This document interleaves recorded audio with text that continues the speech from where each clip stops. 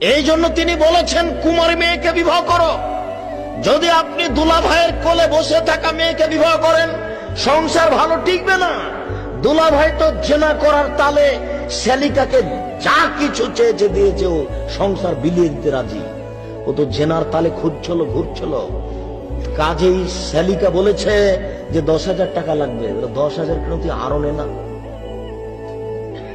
দুলা ভাইয়ের সাথে চলা মেয়েকে বিবাহ করলে আপনার সংসারে যখন আসবে, তখন দুলা ভাইয়ের সুবিধা তার বারবার মনে পড়বে, আপনাকে মূল্যায়ন করতে পারবে না। বাপের কাছে দামি জিনিস নেওয়াটা স্মরণে থাকে না। বাপ একটা জিনিস কিনে নিয়ে এসে দিয়েছে, তখন মেয়ে বলছে আব্বু আমি এটা নিব না। নেও মা নেও না, আমি এটা নিবই না, আমাকে এত দামের দিতে হবে। তখন বাপ আবার ওটা ঘুরিয়ে নিয়ে গিয়ে 5,000 টাকা দামের একটা কাপড় নিয়ে এসে দিয়েছে, কিন্তু এই কাপড়ের সাথে স্বামীর কাপড়ের তুলনাও করবে না। কেন? এটাও হিসাব করে না।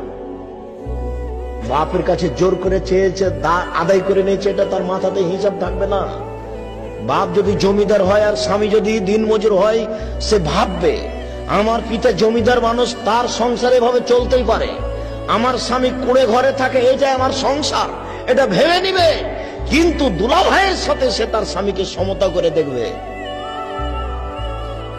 বন্ধুর সাথে চলা মেয়েকে যদি আপনি বিবাহ করেন, তাহলে সে বন্ধুকে আর আপনাকে সমতা করে দেখবে, তখন সংসার টিকবে না। এই কারণে তিনি বলেছেন তোমরা কুমারী মেয়েকে বিবাহ করো যে পুরুষকে বুঝে না, এমন মেয়েকে বিবাহ করো যে পুরুষই বুঝে না। 10 টাকার কাপড়ও যা, 10,000 টাকা কাপড়ও তাই, মনে করে যে পুরুষ এরকমই দেয়। বাপ কোটি টাকা দিয়ে কাপড় কিনেছে, এটা বাপের টাকা কেউ হিসাব করতে পারবে না, এটা করেই না, ওটা তার মাথাতেই থাকবে না। এমনি কান্নাকাটি করে জোর করে বাপের কাছ থেকে একটা আদায় করে নিয়েছে।